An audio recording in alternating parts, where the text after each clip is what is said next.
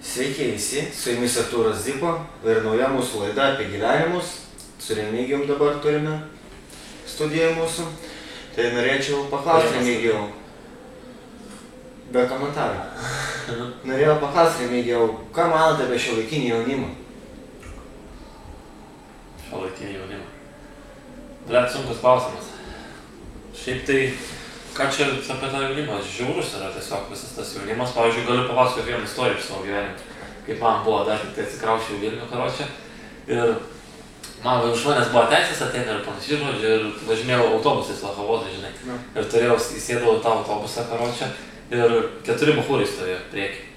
Nu, žodžiu, aš einu ir su tais bachūrais, nu, žinai, ten susitrenkė ir panašiai, nu, galvojau, žinai, bus ten kokia valkė, muštynės ir panašiai, žinai. Bet tie bachūrai normaliai mane atsisuko, žinai, ten taip atsiprašau, bet pats pasimečiau, žinai, galvojau, kaip čia, gal net nesupratau, galvojau, atvažiavau, žinai, dar Kavenskas, kaip pirmą kartą galvojau, ką čia Portugalija, kokia atvažiavau, žinai, susilupsiu su kuo nors. Pasirodo, taip gražiai atsiprašau viską.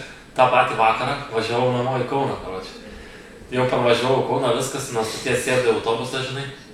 Ir karočią įsėdė vaikai, atėjo autobusą ir pirmi žodžiai vaikų gerai atsimenu. Ir lipo vaikai, gal ką žinau, gal ten buvo kokie 8, 9 ten metai kažkur. Ir tie vaikai sako, blet, kaip parūkyt norėčiau, sako, užmuščiau dabar ką nors, blet, jeigu neduotų rūkyt, blet. Tai įsivaizduok, vaikai taip šneka. Tai šiaip, ką čia pagalvoti apie tą jaunimą, va, tai jie visi tokie žiaurūs studentai, nes pažiūrėk, Facebook'e eini vien papai šiknos ir panašiai, visokios nesąmonės. Tai nieks neuždrausta, paskui visokie babai viens kitam galvas ten pjausto ir panašiai, nu tai blet, ką čia galvoti, kad tas jaunimas bus geras.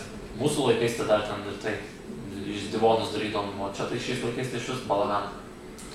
Tai Remigijau, dar norėjau vieną klausimą turim antro. Ką manot apie šiuolaikinio jaunimo meilę? Kaip daugas Facebook'e plinta dabar. Šiuolaikinė meilė, tai čia iš vis yra achuienai, blet. Žiauriausia, kaip pavyzdžiui, 12 metų mergaitės tenai, metas ir fotkės į Facebook'ą savo nuogos ir panašiai ten ir blet, nu, karočią, man trūksta žodžių, nežinau, ką čia papasakoti, tiesiog. Blet, nu, žiauru, blet, yra. Nu, aš suprantu, aš pats mačiau, 12 metų per grupės vaikšto, ieškau, nu, vaikino, tarkim, ne. Nu, parašo 12 metų, bachuriukas, 12-13 metų parašo, kad į grupę, tipo, ieškau santykių ilgalaikio ir panašiai. Blet, aš 12 metų dar galvodavau, kur tik tai man pažaist krepšinį kieme ir panašiai, kad geriau, blet, ir panašiai, o čia, blet, jau apie krušimus jis galvoja. Žiauru, nu, karačiai. Nu, kuo toliau to žiauriau, tai su laikas bus, kaip mums būsim seniai, nes, karačiai. Turbūt gatvėj vaikai kaposis viens į kitą. Žiauru. Tai vat. Ir ką tada klausimas jums, Remigijau. Norėjom paklausti, jeigu turėtumėt galimybę pakeisti, nors ką jūs pakeistumėt? Ką pakeisčiau? Ką žinau, ką čia šiais laikais nieko nepakeisi, vis tiek internetas, viskas yra interneto neišjungsi, vis tiek eini į teleką, visus tos rodot, kad tarkim ir tie Simpsonai, tarkim per teleką ateini, blet, padarytas multikas vaikams, o iš vien visokios nesąmonės tenai apie gyvenimo rodo baisiai, kaip vyksta viskas ir panašiai, tai ką čia gali pakeisti. Nebent interneto nebūtų, bet tai tada iš vis visi pražūtų, nes šiais laikais taip, seniau mano laikais, kai būdavo ten, vat, kai man buvo gal kokie 10-11 metų, tai nebuvo tų internetų nieko, tai tiesiog mes žaisdom kieme, darydom nesąmonės ir panašiai, visokias ant ledo žiemą čiužinėdom, o dabar ateini į žiemą į kiemą, išeini tuščias gatvės ir panašiai, nei vaikai ten žaidžia nei ką. Tai ką žinau, tiesiog ką čia būtų galima pakeisti. Nelabai ką ir pakeisti, tiesiog manau, kad tokie kaip Facebookai, tokios viešos erdvės ir panašiai galėtų būti nuo 18 metų. Arba bent jau nuo 16 metų, tai iš vis internetas, nes ar iš šiaip, nu bet kas iš to, kad tą internetą paslėpsi, kaip telikas. Ir telikas visur, kur tik eini, visur visokios nesąmonės ir panašiai vyksta. Viena pornografija. Nu, visur, absoliučiai pornuka. Daugiau nieko negaliu pasakyti. Šiais laikais jaunimo žiaurės. O kuo toliau, to bus baisiau. Pavyzdžiui, pas mane mokykloje atsimenu, jau prieš tiek metų, kai aš dar 12 klasį mokinausi, nu kiek tie metų, 5 metai praėjo, bet 12 klasį mokinausi ir taip turėjau tokį klasioką.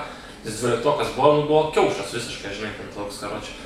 Tai pas mus naglesni vaikai, kur buvo ten kieme, ten tokie karočiai ten, tai jie įsivaizduok, jis 12-okas, o jie buvo ten gal 3-okai ar 4-okai, tai atėjo karočiai su peiliu iš jo telefono viską padarė. Tai ten, normaliai. Tokie vaikai. Arba pas mane kieme būdavo toks vienas bachuriukas ateina, kiek jam gal kokie 8 metų, 9 būdavo, ateidavo, Remigijau, gal turi cigarą, man tipo, žinai, Sakau, nerūkau, žinai, tipo, įsitraukė peilį, ble, tipo, plaštakę, pahujanę, sako, žiūrėk, kokį žaislą turiu naują, kurvas, valgyk iš čia, kurvas, šiaip man stiri, ble, kur, tokie vaikai, na. O įsivaizduok, kai mes bus 50 metų, baisu bus į kiemą išeiti, išeisim, kur vaikas koks praeis, ble, sakys, duok cigarą, tai dar kur peršaus kojas, na. Ir taip vaikas praeis net be žodžių, iškart reikia jau peilį nešiotis, kur gerklę, na, dūrį iškart vaikui. Nebent variacijų buvo. Kas bet nesleikėjai iškart, bet subadėjai kaip šunį ir vaiką. Kaip šunys. Tai vat. Gerai. Dėkui Remigijau jums už porą minutėlių. Taigi baigsime šią vakarą laidą. Reikia susitvarkyti studiją, viską. Galėjai neskenkt, bet ačiū. Aš stengiuosi neskenkt. Baigėsi laida mūsų. Žiūrėk, dročias, ble. Ble, tie vaikai, na.